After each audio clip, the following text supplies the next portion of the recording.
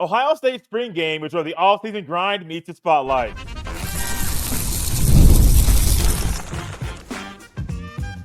You are Locked On Buckeyes, your daily podcast on the Ohio State Buckeyes. Part of the Locked On Podcast Network, your team every day. Welcome in, Buckeye fans, to your Feel Good Friday edition of Locked On Buckeyes, which is your daily Ohio State podcast, part of the Locked On Podcast Network, your team every day. I'm your host, Jay Stevens, veteran sports talk host, delivering passionate coverage about your Buckeyes. And during today's show, we'll discuss the hypothetical Ohio State Skills Challenge, as well as players on the defensive side of the ball we should all watch tomorrow afternoon. But first, Ohio State's spring game is special. It's one of the most attended spring games every single year. It's on TV, and we are all going to be looking forward to seeing what the players do on the field. But also, think about the grind these players have gone through. From the last game of the 2024 season on January 20th, all the way through now, they had winter workouts, which were intense. They had spring practices, which was one of the most physical spring practices Ryan Day has ever gone through. And all of that is for this moment. Go into the shoe, have a game-like atmosphere, have about 50 to 60,000 Ohio State fans cheering you on the entire time. It's a celebration, but it's also time for you to showcase your skills in front of everybody. And I can't wait to see what Julian Sayin or Lincoln Kienholz or CJ Donaldson or Marlon Graham or CJ Hicks off the edge. I can't see what these players do tomorrow in the shoe. And CJ Hicks is one of those guys that is playing a new position. Been at Ohio State his entire collegiate career, but has realized the best place for him might be on the edge. And so you're working. All of a sudden, you think you figured something out a year ago, but you weren't on the edge as often as you would like to be. Next thing you know, you are not one of the best two linebackers at Ohio State this year. Probably not the third best linebacker at Ohio State either. And so all of a sudden, you're in your final year of eligibility. You got to try to get on the field. Do you go somewhere else and hit the portal? No. What do? You stick with where you've been. You stay in the great state of Ohio, and you go to try and play off the edge, which may have been his best position all along. Now, we have not seen him there. Maybe a clip here, or maybe you got a little practice time there. But you have not seen C.J. Hicks in a game setting, or most of us haven't seen him in a scrimmage setting, to know enough about him to say this is what he's going to be. Well, he can showcase that during the spring game. Think about the quarterback situation. Sayin, Kienholz, and Clair. 3 different quarterbacks. All 3 of them can throw the football all around the yard, but they're trying to earn the title of QB1. Now, you're not going to earn it based off how you play in the spring game. That's not going to happen. However, you can showcase your skills and make it very, very hard for the coaches to rule you out because of how you played in this environment. And Ryan Day needs these moments. These players need this time to get a simulated game right now in the spring. You can't get that in the fall. They don't have hush-hush scrimmages like they do in college basketball, where the scrimmages behind closed doors. People know they happen, but you can't watch them. You don't have that in college football. You know how hard it would be if a team traveled from, let's just say, Ohio State went from Columbus, Ohio to South Carolina, and they wanted to play the Gamecocks in a behind closed door scrimmage. You know how hard that'll be to hide that? You're traveling with your pads. You're traveling with your coaching staff. You're traveling with every player. It'd be very, very, very, very hard to hide that from the public. Now, in college basketball, it's not hard to move 15 to 20, maybe 30 guys from one location to another, where basketball players, they don't have the physical traits that a football team has. They don't have to bring the pads and the equipment that a football team brings. So it's a whole lot easier, even though you know what happens, you just don't know where, to kind of get players along, to go to a place, play a little ball, then, oh, wait, we get reports from the game, we just can't watch the game.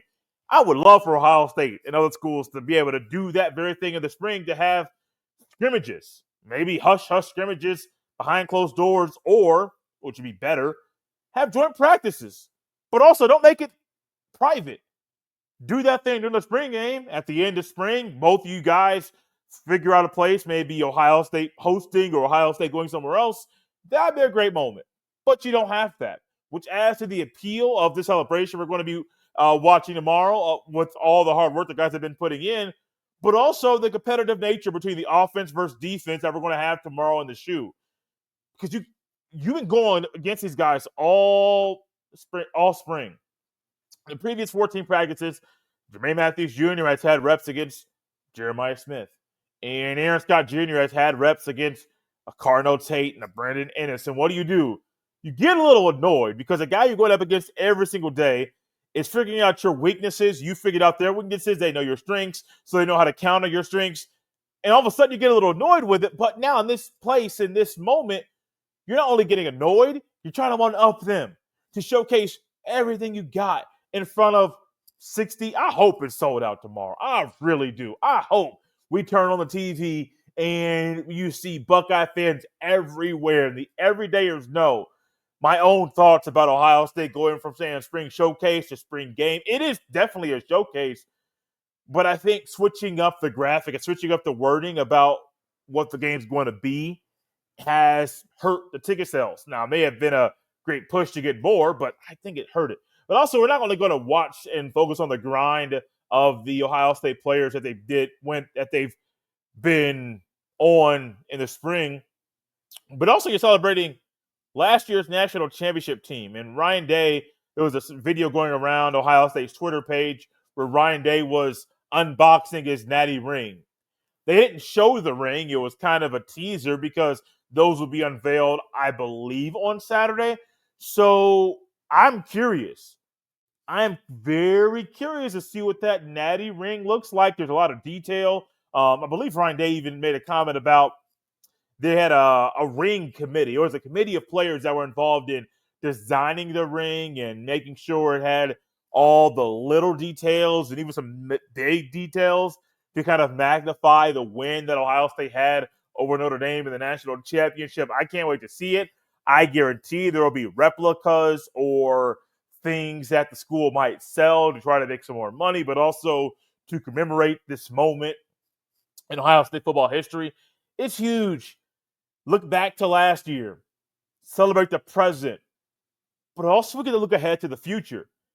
And man, the future is bright. Not just the future for the football team in 2025, but also in 2026 and beyond. There are going to be a multitude. Okay, that word might be a little strong. There will be a lot of recruits there in the shoe on Saturday looking to see what it's like on a spring game, what it means for these players to showcase their talents in front of the fans that love them so much. And I remember, 2023's a spring game. I don't know. If, my wife says her and I went a year ago. I could honestly forget if we went in 2024. It wouldn't shock me if we did. But I remember the 2023 spring game. My wife and I went there, and we got a picture somewhere. I'm looking at the wall right now in our apartment. I got a picture somewhere of us with a mascot. Don't know what mascot it was of. It wasn't Brutus, but we got a picture with a mascot. And I remember walking around to our seats and a whole bunch of people saying, Jeremiah. And I was like, I heard this Jeremiah Smith kid. At the time, I knew what he looked like, but I didn't see him. And when I first heard his name, all of a sudden I saw him, and he was just a couple years ago. So he wasn't probably a junior. Had to get to his junior year. But man, let me tell you, Jeremiah Smith is one of those guys that in that moment he saw the love and felt what it meant to be a Buckeye as a recruit, as a highly sought after player. But there's going to be a lot of other recruits coming to Ohio State this weekend for the spring game as you're looking back to the past, celebrating the present, also celebrating what's going to happen in the upcoming year. Man, just look at what could be for these players. Guys that are playing offense, guys that are playing defense, whatever the case may be. We have a kicker, a punter there too. You're looking at the celebration, which is Ohio State football, and possibly picturing yourself play football in the shoe. The celebration is great. I can't wait to watch the spring game tomorrow, to watch some actual football. And while we're watching actual football, there are some players on the defensive side of the ball that I'm going to be fixated on during the spring game. I'll unveil that list next. This is a message from our sponsor, Intuit TurboTax. Taxes was waiting and wondering, and worrying if you were going to get any money back, and then waiting, wondering, and worrying some more. Now Taxes is matching with a TurboTax expert who can do your taxes as soon as today. An expert who gives your taxes their undivided attention as they work on your return while you get real-time updates on their progress so you can focus on your day.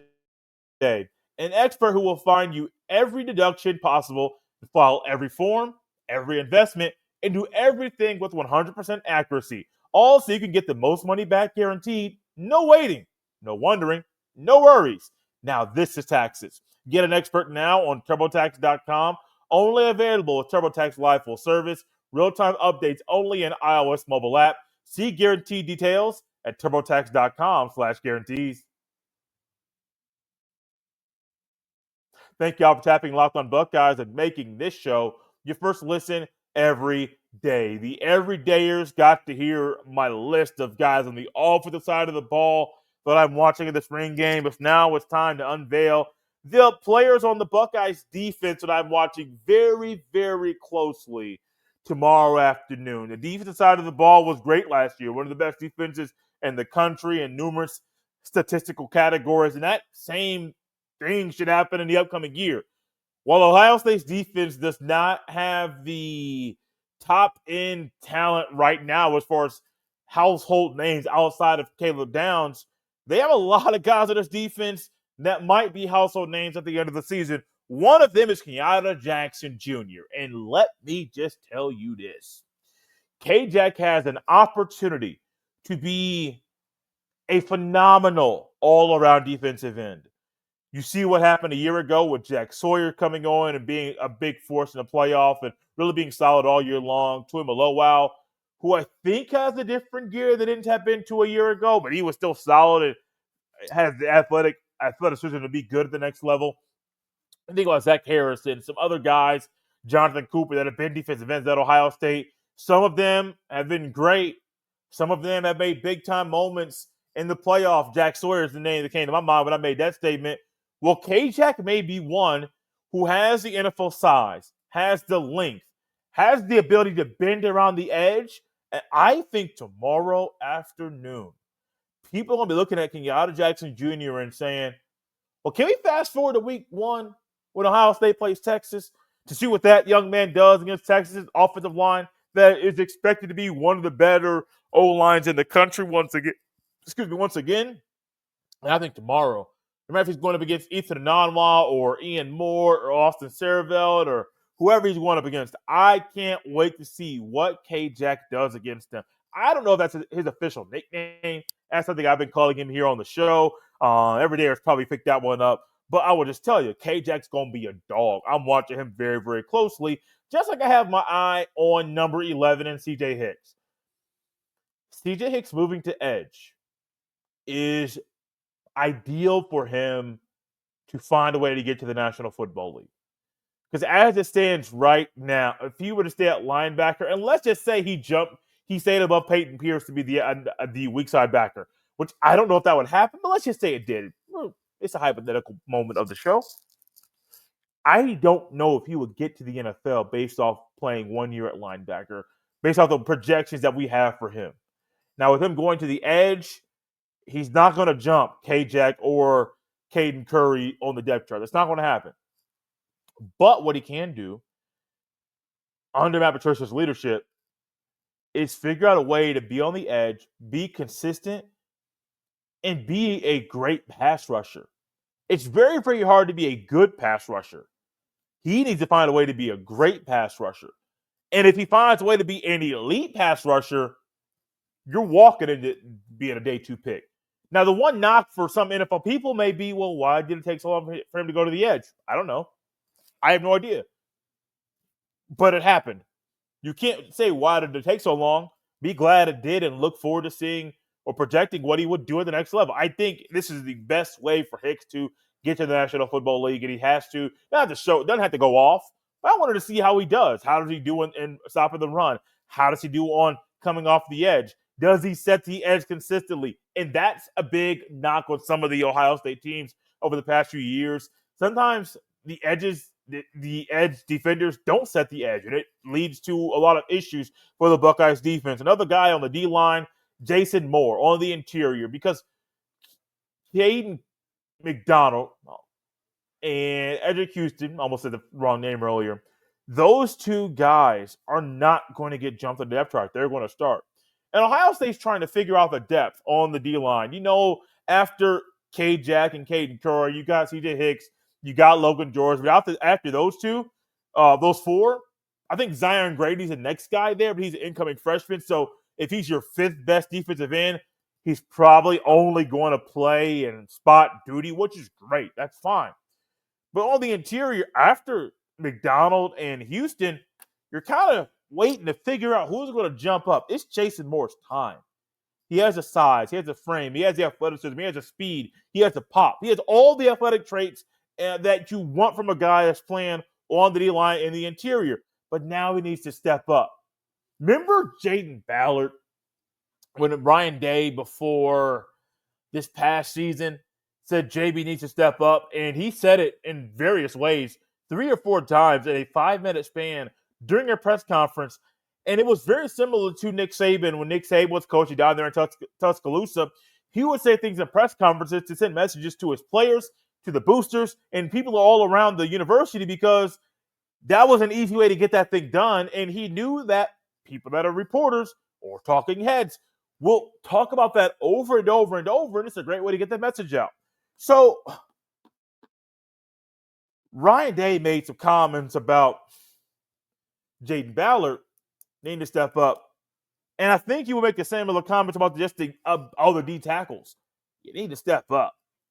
Jason Moore, it's time for you to take that next step. And I think Ryan Day will do that. Linebackers only got one. Peyton Pierce. He is after Arvell Reese. And Arvell Reese could be an edge player as well. Peyton Pierce is the next guy up. And it wouldn't shock me at all if we found a scenario on the field where you have Sonny Styles at one linebacker spot, Peyton Pierce at one linebacker spot, and you have Arvell Reese on the edge, but it could bump back to a 3-linebacker look, just being very versatile and multiple, the defensive front there.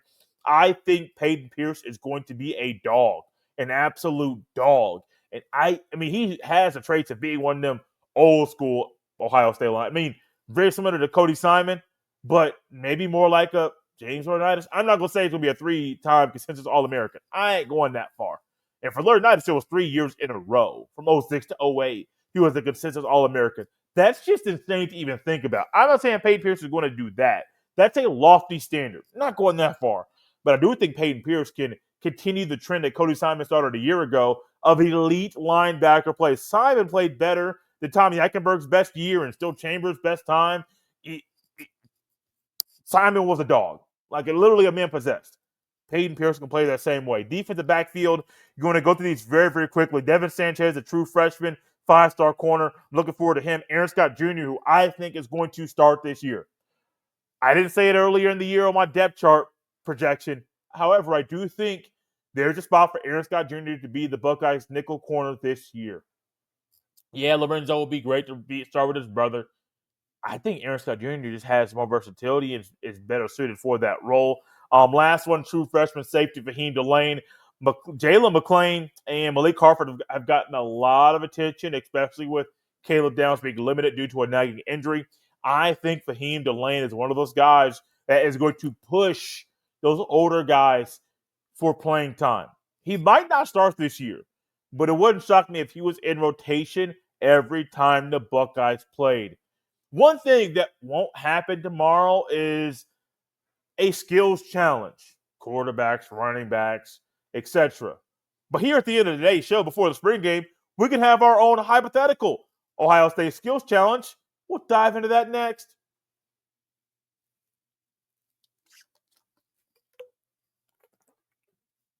Thank you all for tapping Locked on Buckeyes and making this show your first listen of the day. So I was thinking about today's show and trying to do something the everydayers can't get a handle on. Or maybe they can, but maybe didn't expect, because there aren't many times that I've talked about a hypothetical Ohio State skills challenge. And I don't think I've ever done this on the show. But I'm thinking about the NFL Skills Challenge when I was a kid, where you had the quarterbacks doing their thing and trying to hit the different charts, and the footballs had paint on them, so when you hit the marker, the paint left was on the whiteboard, so they knew where the ball hit. And then you had to try to throw the ball in the back of the end zone, so the receiver was running a route. You try to put it right on the money, so the receiver could be in the smallest box there, catch the ball over the shoulder, sideline, the hitch, all that good stuff. They had obstacle courses, things of that nature. Now they got dodgeball in the NFL Skills Challenge. And I started thinking about Ohio State Skills Challenge and what it would look like. I got a few different things here, and I got 4 different, really 5, but 4 main skills challenges. Let's go 5. We'll do all 5. It's the end of the show. It's a Feel Good Friday. Let's feel good and have a little bit of fun on today. The first one, the quarterback competition, more of how many guys can hit the mark, various markers, 10, 20, 30, 40, and then 60 yards down the field, that how many of them can actually go out there and win a skills challenge. You could make it the old school one, Peyton Manning, Aaron Rodgers, those quarterbacks there. I think Doug Flutie was in it. I think Mark Brunell was in it. I'm going back a little bit, not like back to the 80s, but I think it'd be fun. If you're thinking about just being the most accurate passer, that might be Kienholz right now. I know that the processing and things like that is one where that's Sayin, but I think accuracy is one that they're trying to get better for Sayin, and they don't want to just have a quick release and then sacrifice arm strength or accuracy. They're trying to get that to be better. That might go to Kienholz. I don't know. But I do think the arm strength goes to Tavius St. Clair. And there's no doubt in my mind at all that Tavius St. Clair has the arm strength that can throw the furthest ball. It's not just because of his physical traits. I've seen that man sling the rock. And you think when Sam slings a rock, it looks different. Watch some of that game film from Tavius St. Clair when he was in the high school, or try to watch some of the game film or scrimmage film from Ohio State spring practices, and you will see that Tavius St. Clair throws the ball, and it comes out of his hand a little bit different than other quarterbacks. An obstacle course, and I was going to make this primarily for the running backs, but an obstacle course can really be for anybody. You got 5 dummies. You got a high step over those. You got to do a spin move to go to your right. And then you have a hula hoop on the ground. You go around that thing a little bit. And then there's 3 or 4 other obstacles that you're trying to go around before tackling a dummy to end that thing. Now, I said running backs because I was thinking quarterbacks to running backs, but truly, this could be a receiver thing. This could be a safety thing. Doesn't matter. The obstacle course is another one. The best hands, that's going to be very, very interesting because Jeremiah Smith has great hands. Great route runner. He knows a lot of the nuances of football. These receivers don't get to Ohio State without having great hands. You don't. Now, some guys get to Ohio State with great hands, and then the speed of the game and the fire that the quarterback throws the ball with doesn't suit them the best, and so they don't catch the ball very well. And in my head, I'm thinking about Julian Fleming. However, Julian Fleming in high school was not used to the offense that Ohio State has when he got to Columbus, Ohio, which I think played into why he struggled. He really struggled to catch the football consistently, no matter if he was at Ohio State or if he was at Penn State. He just struggled to catch them footballs. And so the last 2 that I have as far as skills challenge challenges is dodgeball, offense versus defense, and then really the fastest man that is just running the 40-yard dash. And as I speak right now, there was 1 year. I don't really watch the NFL skills challenges. I don't know if you do, but if you do, great. If you don't, cool. I think the new ones are boring.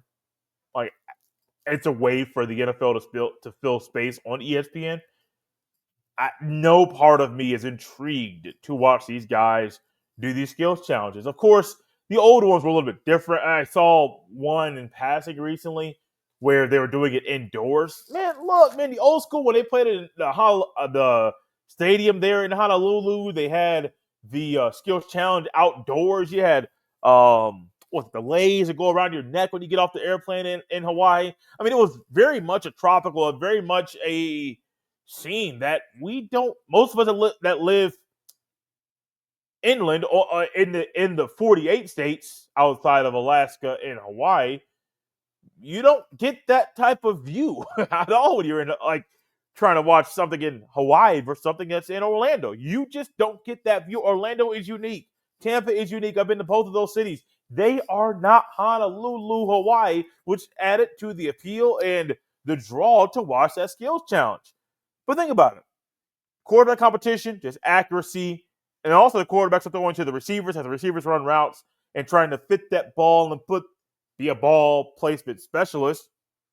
Like you're putting the ball right where it needs to be so the receiver's feet are 2 feet in bounds. Going to go to the NFL rules, not college. I'll tell you why later in the show. But yeah, it would be fun. And that would be more of a showcase type deal that Ryan Day could do. Because if you're worried about tampering, it's going to happen anyway. But if you're worried about tampering, that may alter what you want to do during the spring game, which is why Ohio State was thinking about a spring showcase. Yes, Ryan Day was looking at our season ended on January 20th. It was a lot later than normal. Okay, that's reality. I can't knock him for that.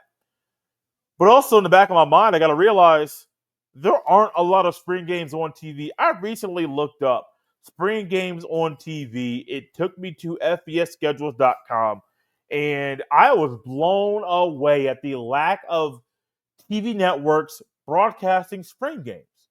Last year's Ohio State's was on Fox. This year's it's on the Big Ten Network. I think that was a strategic move that Ohio State made so that it was not as visible to everybody in the country while it was live. I think it was a strategic thing. Colorado's is on ESPN2. Colorado and Syracuse were petitioning to have a joint practice or joint practices, and then with the last joint practice being the spring game, they're on ESPN2. The NCAA said no. That was very stupid. That's their rule, though. Okay? Now time to change it. I get it. But you look up and down, normally, what was it, A-Day? Sorry, Auburn fans, if that's not the right term, or Alabama fans, if that's not the right term. Alabama normally has their spring game, at least for years. It was on ESPN. You had Joey Galloway and Kirk Herbstreit on the field, walking around, heads with microphones, just talking throughout the game. It was fun. It was a lot of fun. More of a laid-back atmosphere, but it was a lot of fun. I don't think Alabama's is on TV this year. I don't even know if there's a spring game on ESPN this year at all. That doesn't make sense to me. Now, I do get a little nostalgic, so maybe I'm just stuck in the past. But also maybe it's a sign that people are trying to mess up the spring game when they don't need to. Because if a team wants to tamper, they are thinking about doing that before the spring game is played. There are guys probably on a lot of teams at the Power 4 level that get tampered with that aren't starters. They don't play a lot. But you know what they have in their bag? The potential to be really good football players. And other teams around the country know that, which is a big reason why, if you're trying to not play a spring game to eliminate tampering, that's the wrong thought process, because tampering is going to happen no matter what. I forget if it was the NBA or the NFL. One of those two leagues has a legal tampering period. What? A legal tampering period? Why don't you just call it free agency? Because I can't you can talk to him, but you can't sign him. Why don't you just talk to him and sign him at the same time? Because they had to have a legal tampering period, because all of a sudden, players are getting tampered with. Free agency would go live, and next thing you know, about 2 seconds later, so-and-so is signing with, buddy, we just started this free agency period. How in the world do you already know where you're going to sign? Well, buddy, we've been talking for months. Well, you've been talking for months. That's illegal. Okay. Are you going to stop it? No. So we're going to keep talking and do things behind closed doors so that when this thing goes live, this team can announce this signing. Yeah, legal tampering period. Sports is so weird. I love sports. But sports are weird. It is very, very weird. There's a legal tampering period. It doesn't make no sense at all. Well, also doesn't make any sense. I mentioned something earlier. Didn't know it was going to come into this show, but here we are at the end of his Feel Good Friday episode. I would be an advocate of not only teams having joint practices in the spring and in the fall, and then having a spring game against another opponent, but also for the rules committee to adopt the one NFL rule of receivers needing to have 2 feet inbound. You can even couple that with, hey, if a guy's on the ground, he's not down just by going to the ground. He has to be down by contact. That too. These players are too good. They're too fast. They're too skilled to not have both of those things be rules. I understand the safety element of needing to be down, having a guy just be down by his own momentum instead of being down by contact. I get that. But who cares? A player's not going to get hurt by having someone touch him with 2 hands for them to be down. Also, 1 foot versus 2. 2 feet makes it harder. And don't you want things to be a little bit harder and more challenging for players on the field to better prepare them for the next level? Absolutely. Thank y'all for tapping Locked On Buckeyes and making this show your first listen of the day. For your second listen, check out the Locked On NFL Draft with Damian Parson and Keith Sanchez as your favorite collegiate players get ready for the next level. Get the latest draft rankings, rumors, and news every day. Find Locked On NFL Draft on the YouTube or wherever you listen to podcasts. You can follow me on any social media platform at jstevens07. Send to every email to jstevens317@gmail.com. This has been Locked On Buckeyes right here on a Friday. We'll see you next time.